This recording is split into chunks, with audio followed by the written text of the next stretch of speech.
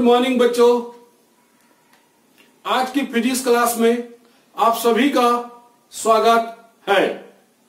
जो बच्चे हमसे पहली बार जुड़ रहे हैं उन्हें पुराने वीडियो के लिंक ऊपर आई बटन, साथ ही साथ नीचे डिस्क्रिप्शन बॉक्स में दिया गया है। अगर आपको किसी प्रकार का डाउट्स है तो उसका समाधान हमारे साथ व्हाट्सएप और टेलीग्राम ऐप के माध्यम से भी जुड़ सकते हैं। तो बेटा आज हम क्लास स्टार्ट करते हैं। आज जो हम टॉपिक डील करेंगे उसका नाम है मैग्नेट। क्या बेटा? मैग्नेट। तो सबसे पहले हम इस मैग्नेट का थोड़ी सी इतिहास की चर्चा कर लेते हैं। क्या चर्चा कर लेते हैं बेटा? इतिहास की चर्चा कर लेते हैं। तो इतिहास के हिसाब से बहुत पहले 600 ईसा पूर्व यूनान के एक छोटे से द्वीप मैग्नीसिया, क्या नाम है बेटा? मैग्नीसिया नामक स्थान पर काली चट्टाने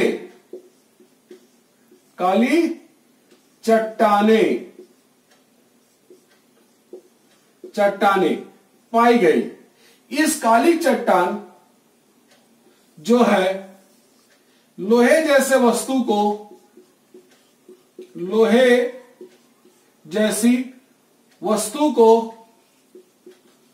वस्तु को अपनी ओर आकर्षित करता था। ये जो काली चट्टान है बेटा, इसे हम लोहे के ऑक्साइड बोलते हैं। लोहे के ऑक्साइड, क्या बोलते हैं बेटा? लोहे के ऑक्साइड। इसका सूत्र होता है Fe3O4। इसी को हम लोग बोलते हैं मैग्नेटाइट। क्या बोलते हैं बेटा?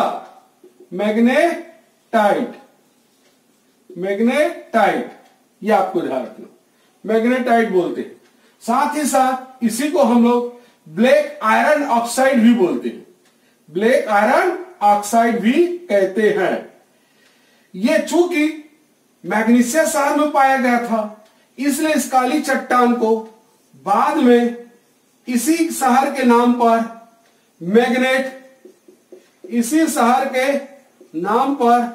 मैग्नेट रखा गया। क्या रखा गया बेटा? मैग्नेट रखा गया। मैग्नेट को हम लोग क्या बोलते हैं हिंदी में? चुंबक। क्या बोलते हैं? चुंबक कहते हैं। इस मैग्नीसिया शहर में जो चुंबक की जो प्रॉपर्टी था वो क्या था? लोहे जैसे वस्तु को अपनी ओर आकर्षित करना। ठीक इसी प्रकार इसी के समय में चीन निवासियों ने इस काले पत्थर का उपयोग दिशात्मक गुण के रूप में कर रहे थे। दिशात्मक गुण के रूप में यूज करते थे। क्या बोले बेटा? एक बार और सुनो। बिल्कुल इसी प्रकार इसी समकालीन चीनवासी लोग इस काले पत्थर का उपयोग दिशात्मक गुण के रूप में कर रहे थे। अगर हम इन दोनों को मिलाकर चुंबक की एक परिभाषा बनाने की कोशिश करें तो हम कह सकते हैं चुंबक वह पदार्थ है जो लोहे जैसे वस्तु को अपनी ओर आकर्षित करता है, साथ ही साथ स्वतंत्रता पूर्वक लटकाने पर वह सदैव उत्तर एवं दक्षिण दिशा में ठहरती है। ठीक है बेटा? चुंबक जो है लोहे जैसे वस्तु को अपनी ओर आकर्षित करने के इस गुण को हम लोग चुंबकत्व कहते हैं। क्या कहते हैं बेटा? चुंबकत्व कहते हैं। लोहे जैसे वस्तु को हम लोग क्या बोलते हैं? चुंबकीय पदार्थ। क्या बोलते हैं बेटा? चुंबकीय पदार्थ। क्या बोलते हैं? चुंबकीय पदार्थ। अगर हम चुंबकीय पदार्थ की परिभाषा बनाना चाहें तो क्या बोलेंगे? चुंबकीय पदार्थ, है ना, चुंबकीय पदार्थ परिभाषा। तो चुंबक जिन पदार्थों को अपनी ओर आकर्षित करता है उसे हम चुंबकीय पदार्थ कहते हैं। जैसे लोहा, निकिल, स्टील,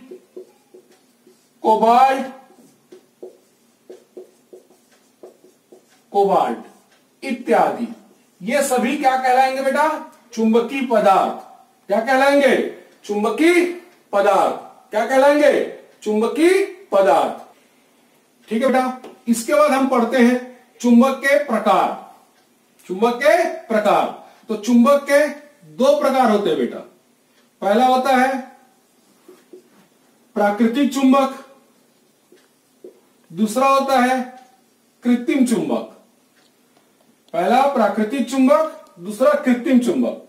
प्राकृतिक चुंबक उस चुंबक को कहते हैं जिसे हम प्रकृति में प्राप्त करते हैं, उसे हम लोग क्या बोलते हैं? प्राकृतिक चुंबक।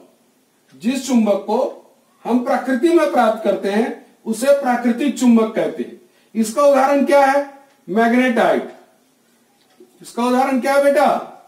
मैग्नेटाइट। ये आपको ध्यान रखना। मैग्नेटाइट आपको फॉर्मूला बताया था अभी, Fe3O4। प्राकृतिक जो चुंबक होता है इसका आकार एवं आकृति निश्चित नहीं होती है। आकार एवं आकृति क्या नहीं होती बेटा? निश्चित नहीं होती है। इसका उपयोग प्रयोगशाला में नहीं करते हैं। इसका उपयोग प्रयोगशाला में नहीं करते हैं।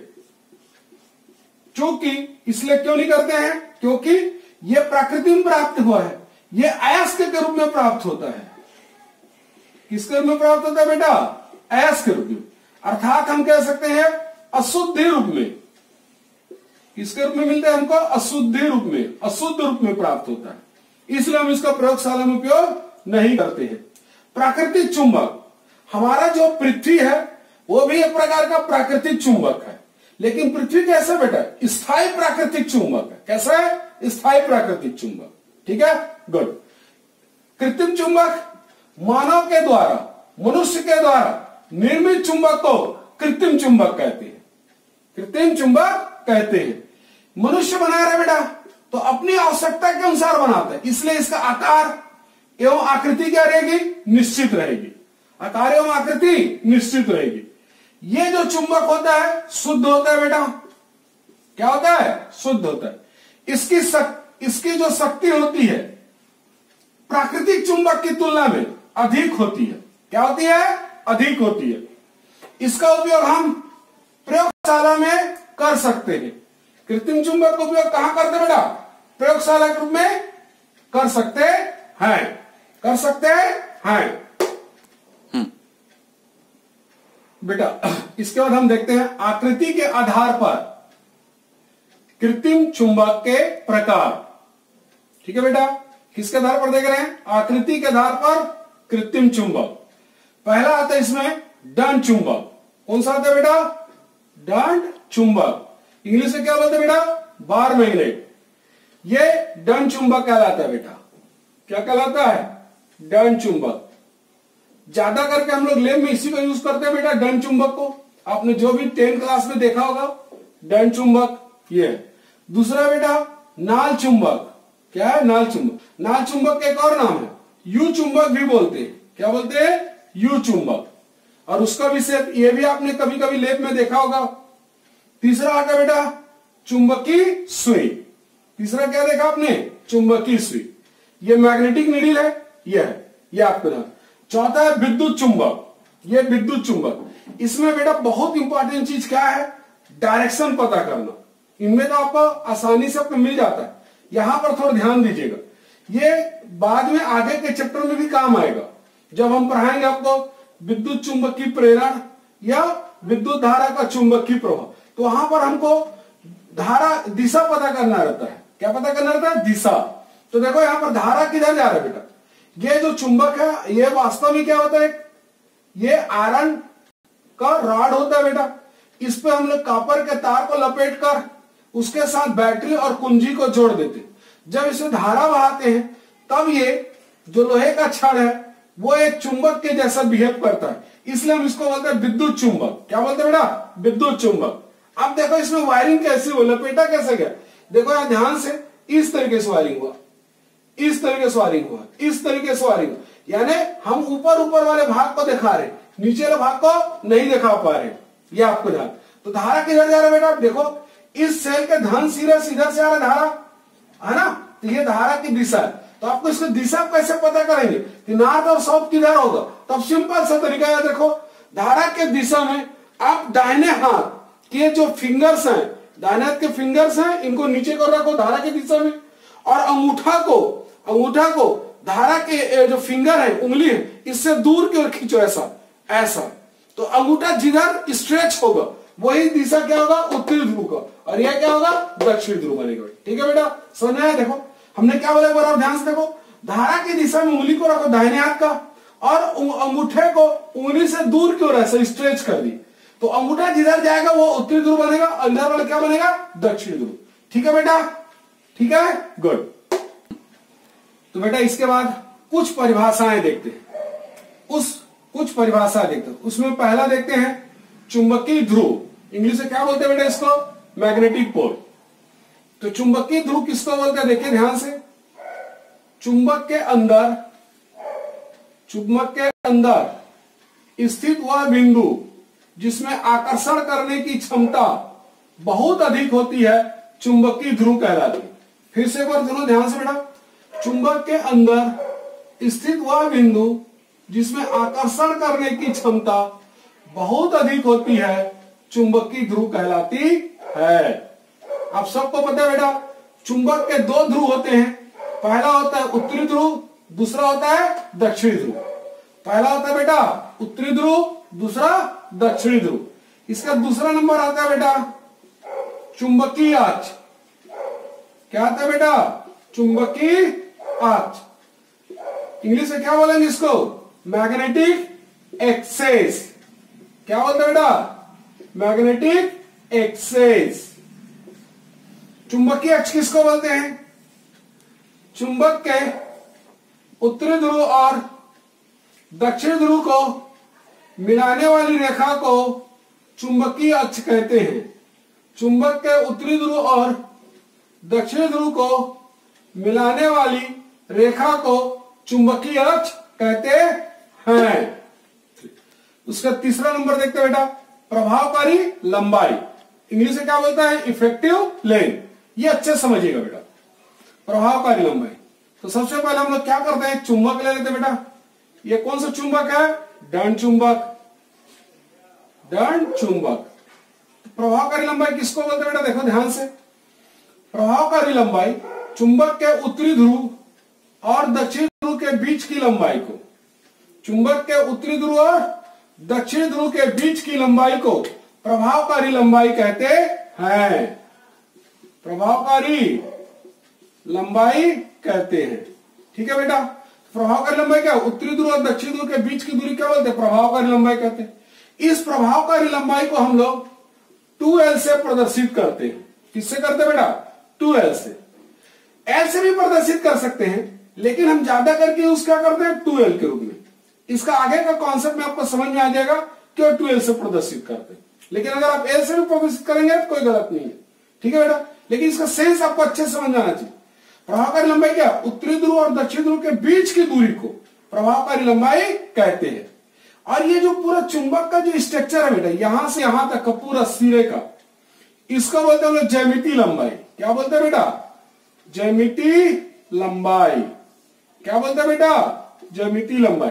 अगर आप ध्यान से देख रहे हो बेटा तो आपको समझ में आ रहा होगा कि ज्यामितीय लंबाई थोड़ा सा प्रभावकारी लंबाई से क्या दिख रहा है? बड़ा। थोड़ा सा प्रभावकारी लंबाई से बड़ा दिखाई दे रहा होगा आपको ज्यामितीय लंबाई। ठीक है, इन दोनों में रिलेशन आपको समझ में आना चाहिए बेटा।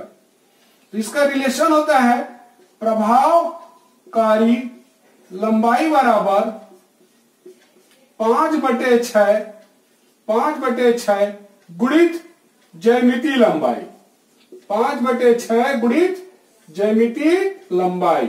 या 5/6 बेटा, इसको हम अगर इसे डिवाइड करेंगे कितना आएगा? 0.84 गुणित ज्यामितीय लंबाई, ज्यामितीय लंबाई। ये आपको ध्यान रखना बेटा, ठीक है। तो आप देख सकते हो सूत्र के हिसाब से भी आप समझ सकते हो कि प्रभावकारी लंबाई क्या होता है? छोटा होता है ज्यामितीय लंबाई से। ये रियल संबंध है दोनों के बीच। किसके किसके बीच? प्रभावकारी लंबाई और ज्यामितीय लंबाई में। लेकिन जब तक हमको प्रश्न में ज्यामितीय लंबाई के बारे में उल्लेख ना किया जाए तब तक हम प्रभावकारी लंबाई मानते। जैसे आपको कोई मान लो किसी प्रश्न दिया है कि चुंबक की लंबाई 10 सेंटीमीटर है, तो आपके मन में शंका नहीं होना चाहिए। क्या बोला है प्रश्न में? चुंबक की लंबाई 10 सेंटीमीटर, तो मतलब वो प्रभावकारी लंबाई चीज है। जब तक आपको खुद ना बताया जाए ज्यामितीय लंबाई, जब ज्यामितीय लंबाई बताएगा तभी हम इस सूत्र में रखेंगे और तब हम क्या निकालेंगे? प्रभावकारी लंबाई। क्या निकालेंगे बेटा? प्रभावकारी लंबाई। तो अच्छे से आपको याद रखना, क्योंकि पूरे चैप्टर भर में जो भी फॉर्मूला डेराइव करेंगे वो सब किसके टर्म में रहेगा बेटा? प्रभावकारी लंबाई के रूप में। किसके टर्म में रहेगा? प्रभावकारी लंबाई के रूप में, ठीक है। अब देखो यहां पर प्रभावकारी लंबाई का कॉन्सेप्ट बता रहा हूं। अगर हमको मान लो चुंबक कैसे दिया बेटा? यू शेप का दिया। क्या दिया बेटा?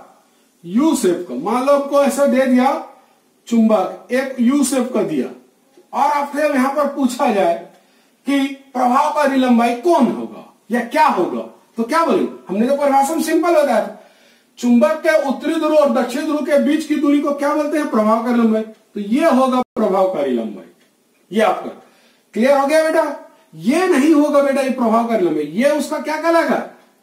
वास्तविक लंबाई कहलाएगा, जिसको लोग क्या बोलते हैं? ज्यामितीय लंबाई बोलते हैं। ज्यामितीय लंबाई को इंग्लिश में ज्योमेट्रिकल लेंथ बोलते हैं, और इसी को हम लोग बोलते हैं एक्चुअल लेंथ भी बोलते हैं बेटा। ये आपको, तो ये एक्चुअल लेंथ होगा, ये एक्चुअल लेंथ, और ये वाला भाग क्या होगा? प्रभावकारी लंबाई। ये प्रभावकारी लंबाई है बेटा,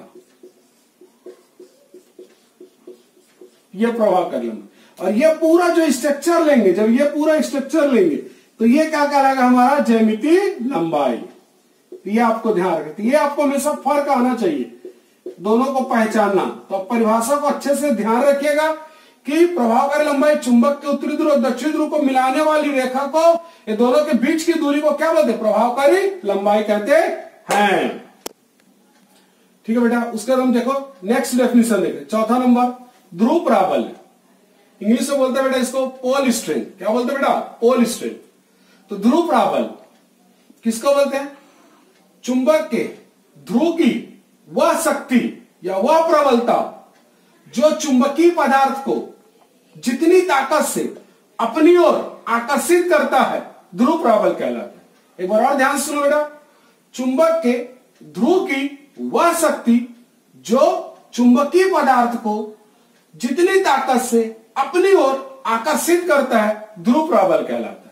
ध्रुव प्राबल्य को ही ध्रुव सामर्थ्य भी बोलते हैं बेटा, ध्रुव शक्ति भी बोलते हैं। क्या बोलते हैं?